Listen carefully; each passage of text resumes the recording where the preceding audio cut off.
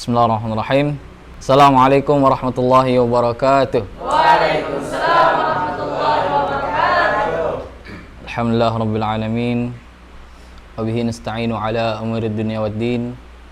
Wa asyhadu an la ilaha illallah wahdahu la syarika lah. Wa asyhadu anna Muhammadan abduhu wa rasuluh. Qala Allah ta'ala fil Qur'anil azim wa huwa astaqul qa'ilin.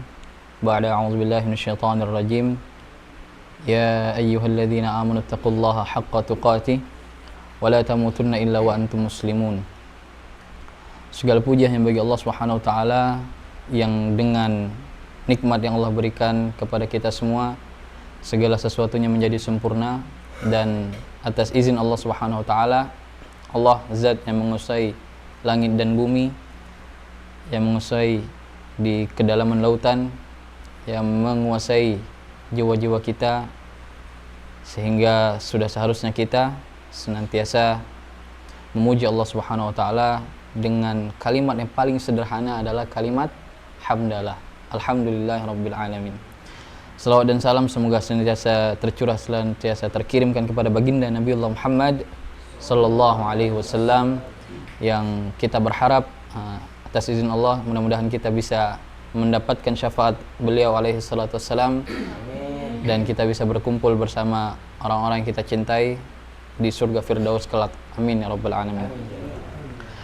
Teman-teman semuanya yang saya cintai karena Allah Subhanahu wa taala, alhamdulillah pada kesempatan kali ini kita akan membahas sedikit tentang generasi penerus.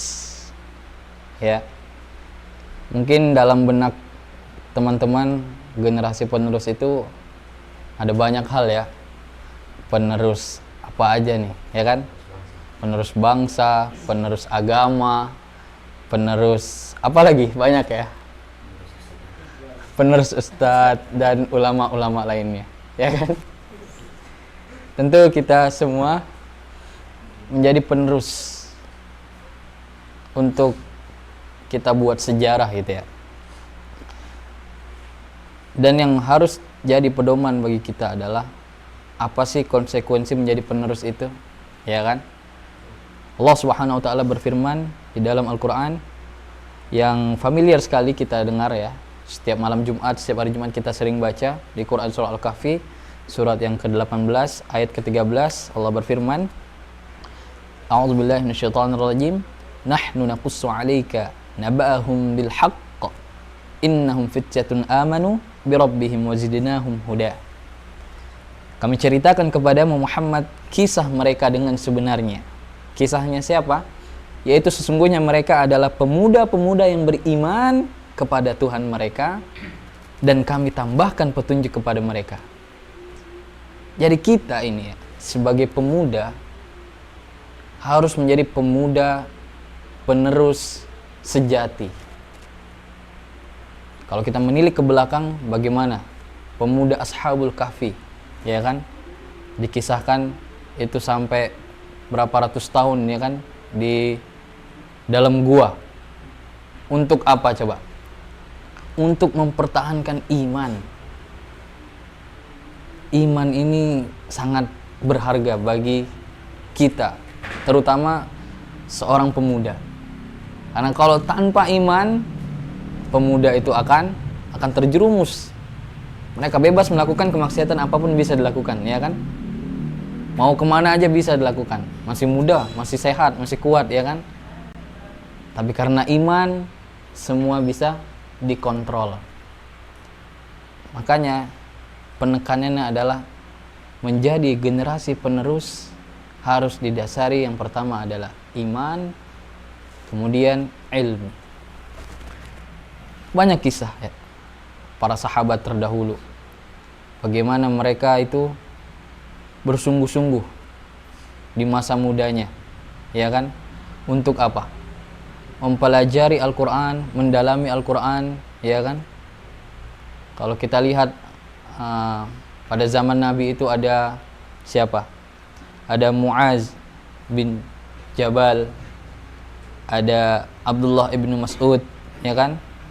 Dan ada Ubay bin Ka'ab, ya.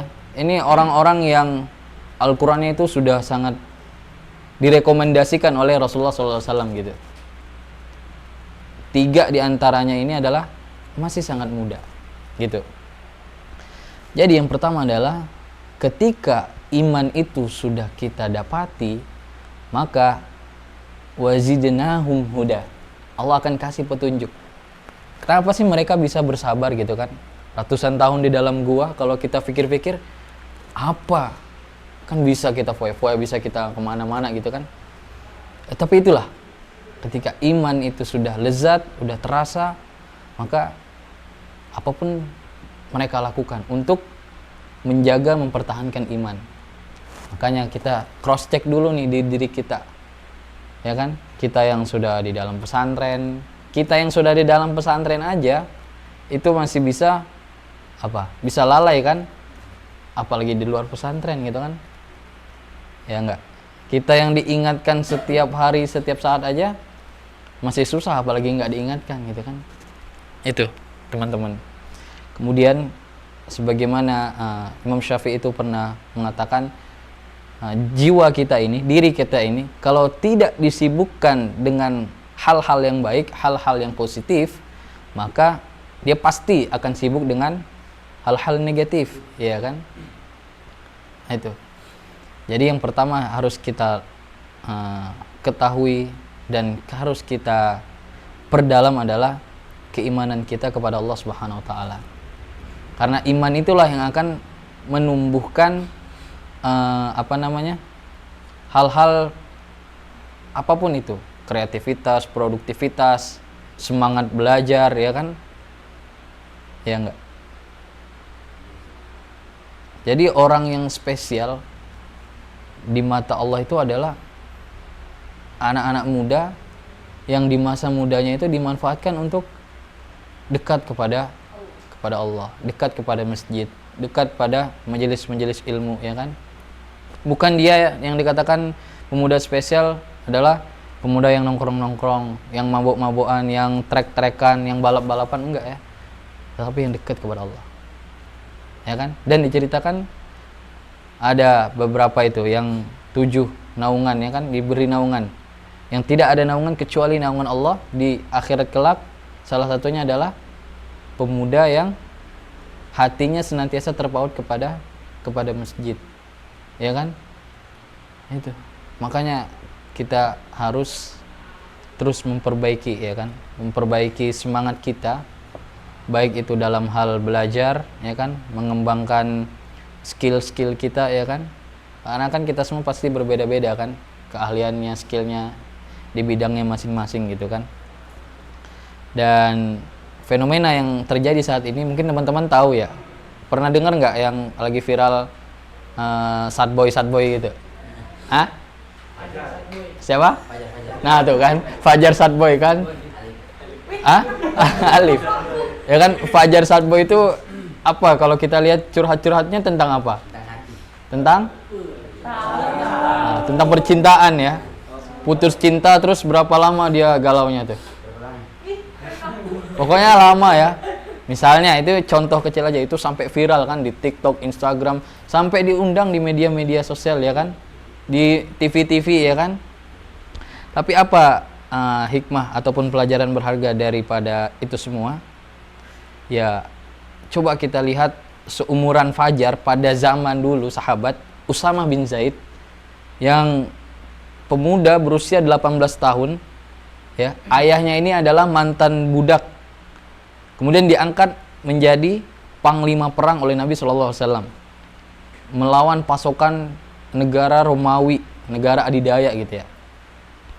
Tahu nggak teman-teman ya, Abu Bakar yang bijaksana, Umar bin Khattab yang tegas, dan beberapa sahabat yang pernah menjadi panglima perang itu dipimpin oleh Usamah bin Zaid yang masih berusia 18 tahun. Luar biasa. Makanya potensi pemuda ini sangat-sangat besar ya. Kita tidak boleh meremehkan potensi pemuda. Seringkali kita meremehkan potensi pemuda, lalai membina para pemuda, lalai merangkul dan memberikan arahan, Sehingga potensi pemuda itu ibarat mutiara yang terpendam. Ya, jika itu diasah, digali, diberi hiasan-hiasan ilmu, maka pasti dia akan menjadi generasi penerus, generasi terbaik dari generasi-generasi yang ada dulu ya. Sekarang itu kenapa Islam pada ibarat sebuah makanan ya di nampan itu ya, mereka banyak mayoritas tetapi ibarat seperti buih di lautan. Coba. Karena apa? Karena imannya nggak ada gitu. Karena iman itu adalah mutiara. Dan para pemuda ini adalah, ada sebuah pepatah, syubbanul yaum rijalul ghad, ya kan? Pemuda di saat ini adalah pemimpin di masa depan. Kalau pemudanya saat ini malas-malas, tidurnya lebih banyak daripada bangunnya kan, mau jadi apa kita ke depan? Ya enggak? Itu teman-teman. Jadi banyak hal ya yang harus kita benahi. Apalagi kita yang berkecimpung di dunia pesantren. Al-Quran adalah pondasi utama untuk kita berkarya, untuk kita mengalirkan risalah Islam, dakwah gitu kan. Orang nggak melihat seberapa banyak sih hafalan kamu, tapi orang akan lihat seperti apa akhlak kamu gitu kan.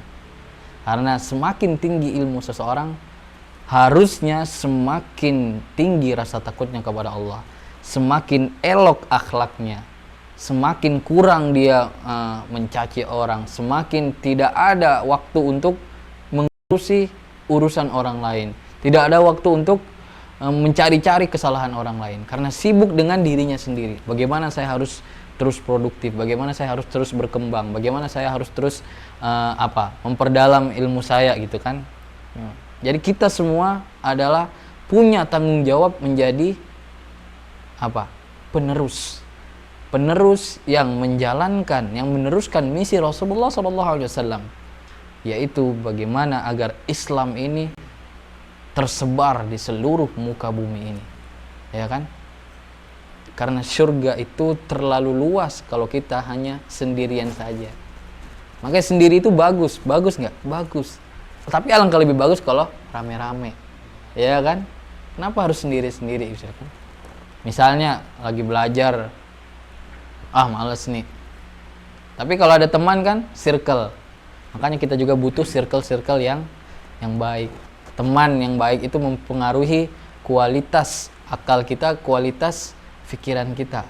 Kalau kita berteman dengan pedagang-pedagang sukses, minimal kita akan merasakan ataupun terbawa gitu kan.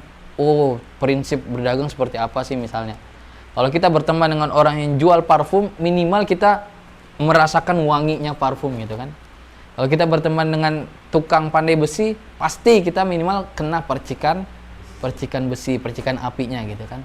Jadi itu, kita yang memilih, teman-teman yang memilih.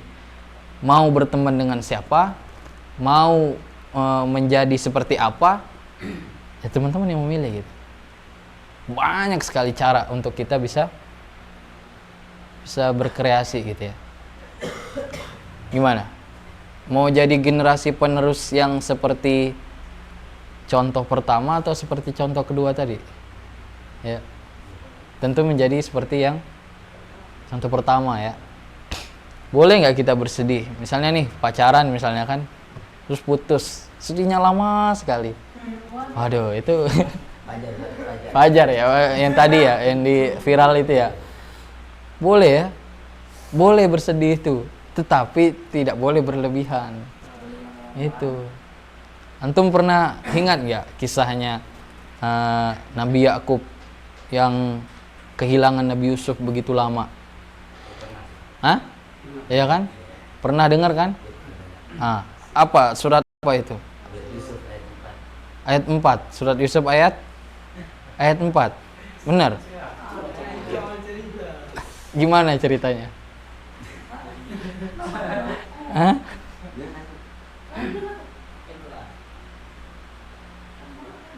Izqala Idz qala Yusuf li abihi ya abati inni ra'aitu ahada asyara kawkaba asy-syamsa wal qamara ra'aituhum li sajidin. Itu. Kemudian di ayat 86 dari surah Yusuf tadi, Allah Subhanahu wa taala berfirman,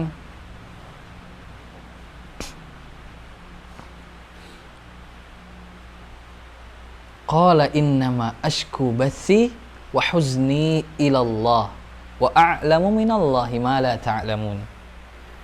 Dia Yakub menjawab, hanya kepada Allah aku mengadukan kesusahan dan kesedihanku, dan aku mengetahui dari Allah apa yang tidak kamu ketahui. Makanya ketika kita bersedih, yang pertama harus kita lakukan adalah apa? Ingat Allah. Ingat Allah dulu. Karena Allah yang memberikan kesedihan, Allah yang memberikan kebahagiaan. Semua itu silih berganti. Makanya Ikrimah rahimahullah itu berpesan, jadikanlah sukamu itu sebagai syukur, dan jadikanlah sabarmu itu dukamu itu sebagai sabar.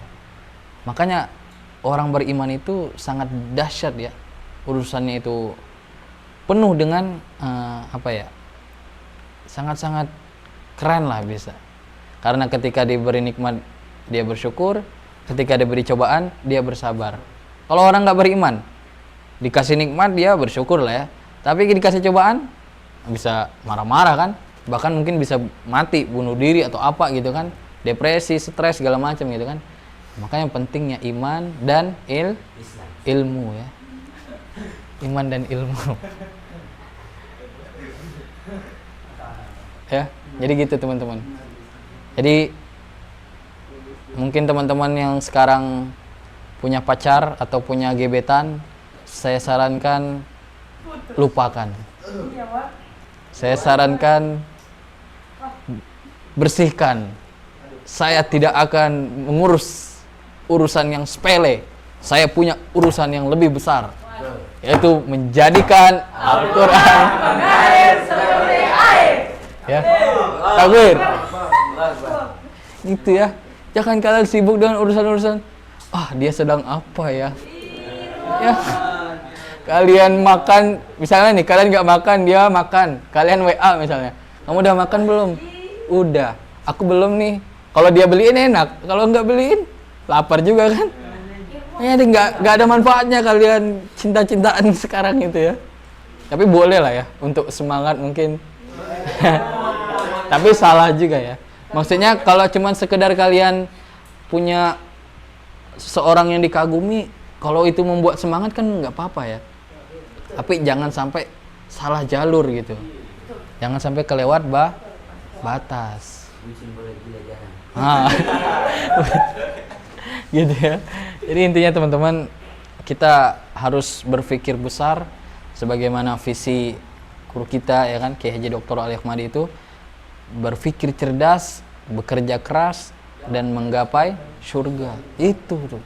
Visinya besar, bukan mendapatkan dia, mencintai dia, bersama dia, enggak gitu juga ya.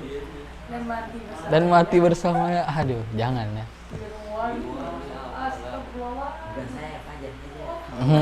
Fajar ya.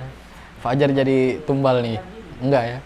Jadi saya kira itu ya teman-teman, pembahasan kita terkait generasi penerus. Tentu banyak lagi kisah-kisah yang kita nggak bisa ambil ya. Maksudnya ada banyak kisah yang diceritakan ya kan. Terakhir mungkin saya ceritakan bagaimana Rasulullah SAW memberi pelajaran ataupun wasiat khusus untuk para pemuda. Nih coba. Ya kan, pada generasi sahabat dahulu, kesungguhan dan keseriusan sahabat, anak-anak muda ya, terhadap ilmu, sehingga Nabi SAW menaruh perhatian khusus terhadap pengajaran mereka.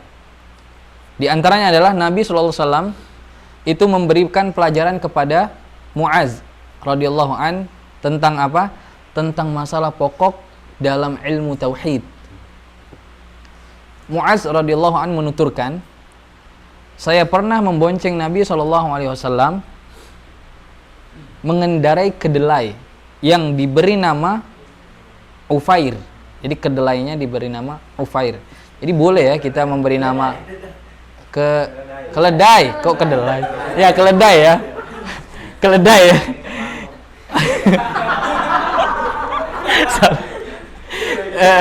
Saya ulangi ya. Saya pernah membonceng Nabi ya Muaz. Bentar. Astagfirullah. Keledai kok kedelai? Ini di skip ya saya. Apa tadi? Muaz ya. Muaz radhiyallahu anhu menuturkan, saya pernah membonceng Nabi SAW mengendarai keledai yang diberi nama Ufair. Jadi kita boleh ya memberi kendaraan, handphone, misalnya nama handphonenya apa gitu, nggak apa-apa gitu, boleh. Beliau bertanya, wahai Muaz, kata Nabi SAW, apakah kamu tahu hak Allah atas hamba-hambanya dan apa hak para hamba atas Allah? Kemudian Muaz menjawab, sungguh Allah dan Rasulnya lebih mengetahui. Lantas Nabi SAW bersabda, sesungguhnya hak Allah atas para hamba adalah hendaknya mereka, maksudnya hendaknya hamba itu menyembah dan tidak menyekutukan Allah dari segala sesuatu apapun. Sedangkan hak para hamba atas Allah adalah hendaknya Allah tidak menyiksa orang yang tidak menyekutukannya dengan sesuatu apapun. Jadi selagi kita tidak menyekutukan Allah, maka insya Allah kita akan selamat. Ya, insya Allah kita akan selamat. Artinya pentingnya kita mengenal Allah dan pentingnya kita belajar. Kalau kita nggak belajar, kita nggak tahu yang mana benar, yang mana salah, ya kan? Dan sekali lagi Nabi SAW memberikan pelajaran kepada Muaz terkait salah satu pintu kebaikan. Beliau bertanya, maukah engkau apabila aku tunjukkan kepadamu salah satu pintu surga? Muaz bertanya, apa itu ya Rasulullah? Beliau bersabda, la haula wala quwwata illa billah. Coba, ini kalimat sangat sederhana, tapi kalau kita dawamkan, kita terus menerus baca, insya Allah ini merupakan bisa menjadi bukti untuk kita di hadapan Allah SWT kelak. La haula wala quwwata illa billah. Ya kan? Hadis diriwayatkan oleh Imam Ahmad nomor 22.057. Hadza wallahu a'lam bishawab. Ini yang dapat disampaikan teman-teman.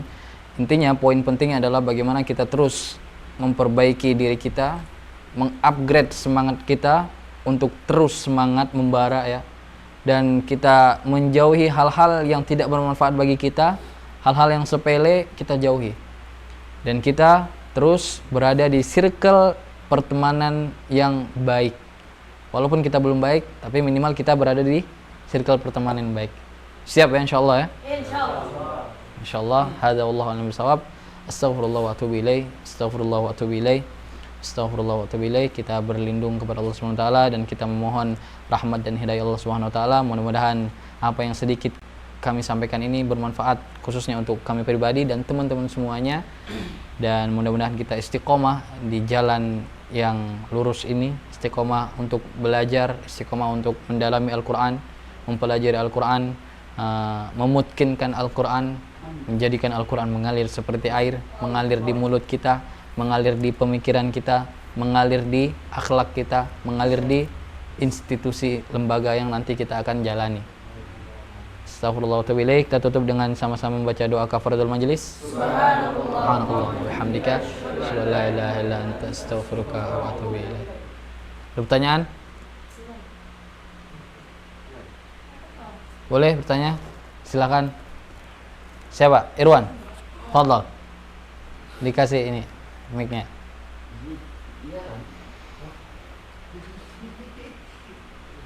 Nah, gimana? Bebas saja. Tentang Assalamualaikum warahmatullahi wabarakatuh. Waalaikumsalam warahmatullahi wabarakatuh. Ustaz, gimana caranya biar kita itu luruskan niat dan semangat dalam belajar. Oke. Motivasi. Wow. Ya, satu lagi boleh? Apa dijawab dulu? Satu lagi boleh? Ya, ntar kita langsung jawab. 2 aja ya, nanti minggu depan. Oke, bismillahirrahmanirrahim. Assalamualaikum warahmatullahi wabarakatuh. Waalaikumsalam warahmatullahi wabarakatuh. Ustaz, mohon izin bertanya terkait pemuda yang dibicarakan Ustadz tentang tema tadi, tentang satu pemuda yang dia itu sampai saking mulianya dia bisa memimpin perang melawan, sementara ada sahabat-sahabat Rasulullah yang begitu mulia berada di belakangnya, dia memimpin perang. Itu yang menjadi pertanyaan bagi saya, Ustaz. Itu hal-hal apa yang membuat dia begitu mulia sampai dia terpilih menjadi panglima perang waktu itu? Ustaz, itu saja Ustaz pertanyaan saya. Assalamualaikum warahmatullahi wabarakatuh. Waalaikumsalam warahmatullahi wabarakatuh. Iya. Cukup ya? Oke, mungkin saya akan jawab yang pertama ya. Yang pertama adalah tadi pertanyaannya tentang semangat ya, dan niat ya, luruskan niat dan semangat gitu ya. Ya, yang pertama, agar kita bisa survive ya, bertahan di dunia ilmu, ya kita harus punya niat yang terus kita upgrade, yaitu meniatkan segala sesuatunya itu untuk mencari ridho Allah Subhanahu wa taala. Itu yang pertama. Karena kalau niat kita ke yang lain, maka ketika kita sudah sampai mendapatkan sesuatu itu, maka udah selesai gitu kan. Tetapi kalau niat kita mencari ridho Allah, maka walaupun di tengah-tengah jalan kita mendapati masalah ya kan, belum sampai selesai kita mendapati banyak masalah, tapi ketika yang kita cari ridho Allah, pasti yang akan tergambar adalah, oh ini jangan cara Allah untuk membuat saya lebih sabar kali, membuat saya lebih semangat gitu kan. Karena pasti ujian orang-orang beriman itu ya pasti setan itu nggak senang sama orang-orang yang beriman kan, apalagi anak-anak muda yang belajar agama gitu kan, pasti dengan berbagai cara gitu kan. Tetapi ketika niatnya untuk mencari ridha Allah, tulus karena Allah SWT, maka insya Allah apapun rintangannya itu bisa dilewati.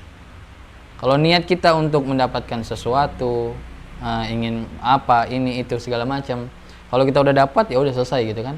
Kalau nggak dapat ya kita pasti kecewa gitu kan, berharap sama makhluk. Semakin banyak kita berharap kepada makhluk, semakin kita harus siap untuk menerima kekecewaan. Makanya kita harus berharap kepada Allah Subhanahu wa taala. Luruskan niat untuk mencari ridho Allah. Dan bagaimana motivasi kita agar tetap semangat? Ya kita harus coba baca sejarah-sejarah sahabat gitu kan. Anak-anak muda yang masa mudanya begitu luar biasa pada zaman sahabat gitu kan, usia belasan tahun sudah hafal Al-Quran ya kan. Usia 18 tahun kayak Usamah bin Zaid tadi udah menjadi panglima perang gitu kan. Kenapa bisa seperti itu? Karena motivasinya yang sangat kuat untuk mendakwah ya, untuk meluaskan Islam ini agar tersebar sangat luas. Dan tentu itu atas karunia Allah Subhanahu wa taala gitu kan. Kita punya guru. Kalau kita sedang galau, datangin guru. Ya, karena dengan kita mendatangi guru, kita pasti akan semangat lagi. Karena kita ketika melihat wajah ulama, mendengar kalam ulama, nasihat-nasihat ulama, itu membangkitkan kembali motivasi untuk belajar, ya kan? Makanya semangat itu emang naik turun gitu kan. Makanya kita harus usahakan terus membara gitu. Ya. Kemudian yang terakhir adalah kita harus mempunyai circle pertemanan yang tadi ya. Pertemanan itu penting ya. Kita sekarang itu nggak butuh banyak teman. Yang kita butuhkan ya kualitas pertemanan itu. Dan kita juga butuh juga banyak teman, itu penting juga ya. Kalau ada apa-apa kan kita bisa kesini kesana kesini gitu kan, curhat atau apa gitu. Tapi circle pertemanan ini sangat penting ya. Kalau teman kita baik, minimal ketika kita misalnya nggak sholat, ya diajak gitu kan. Udah sholat belum? Minimal diingatkan, walaupun nggak diajak gitu kan. Secara halus, nggak dipaksa itu kan. Sholat lah, kau masuk neraka nanti gitu kan. Nggak gitulah ya. Kalau teman yang baik pasti, udah sholat akhi gitu kan, ya kan. Akhi udah dulu main HP-nya, sholat dulu ya, misalnya. Nah itu. Jadi teman yang baik itu mengingatkan kita. Teman yang buruk itu yang melalaikan kita. Udah sholat belum? Ngapain sih sholat? Nanti aja, tunggu tua, ya kan. Nah itu. Kalau ada yang kayak gitu, dia jauhilah. Ataupun diajak. Kalau kita bisa membuat mereka baik, itu lebih bagus gitu kan. Tetapi kalau kita takut nanti malah kita terjerumus seperti mereka, ya lebih baik kita menjauh gitu kan. Bukan berarti kita membenci, tetapi menjauh gitu ya. Beda ya, membenci sama menjauh itu beda. Kita tidak boleh membenci sesama muslim, sesama orang-orang beriman gitu kan. Karena ya tidak ada perintah kita untuk membenci orang lain gitu kan. Rasulullah SAW aja itu ketika beliau sampai dilempari batu, sampai di ini, banyaklah cobaan beliau, ya kan. Tapi beliau tidak ada sama sekali membenci. Beliau malah mendoakan gitu kan. Nanti pasti di antara keturunan mereka ada yang beriman biiznillah azza wajalla gitu. Kemudian terkait soal yang terakhir, yang kedua adalah kenapa sih bisa Usamah bin Zaid itu sampai menjadi panglima perang gitu kan, padahal ada banyak para sahabat-sahabat yang lebih senior bahasanya kan, Abu Bakar, Umar, ya kan, Utsman, bahkan Khalid bin Walid gitu kan. Pasti dia itu memiliki kecerdasan yang pertama mungkin ya, kecerdasan. Jadi pemuda itu kalau dimanfaatkan itu tadi, ketika potensinya dimanfaatkan dengan maksimal, maka dia akan bisa menjadi pemuda yang luar biasa gitu kan, meledak gitu kan.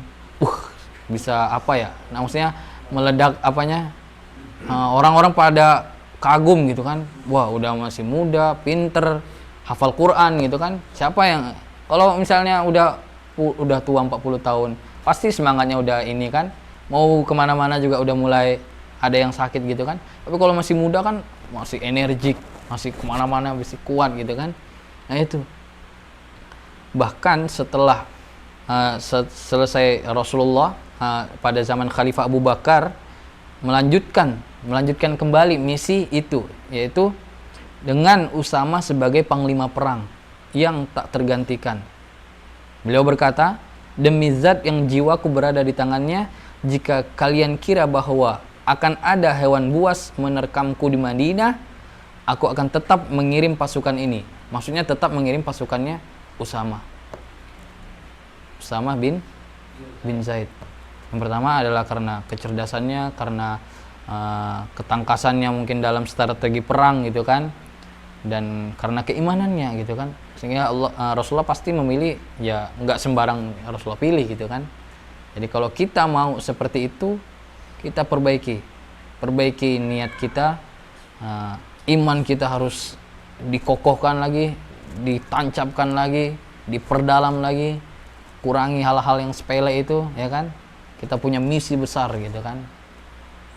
Nah itu, karena potensi kita ini sangat berharga. Tentu semua atas izin Allah SWT, semua diberikan kelebihan-kelebihan yang berbeda-beda, gitu kan. Kelebihan dan kekurangan yang masing-masing sudah Allah Maha Adil gitu kan. Intinya itu ya, bisa dipahami ya. Jadi mudah-mudahan jawabannya puas ya. Kalau nggak puas nanti bisa cari referensi lain, karena ini yang sepengetahuan kami gitu ya. Tentu banyak sekali kekurangan. Kita cukupkan sampai di sini. Astagfirullah wa atubu ilaih. Barakallahu fikum. Assalamualaikum warahmatullahi wabarakatuh. Waalaikumsalam.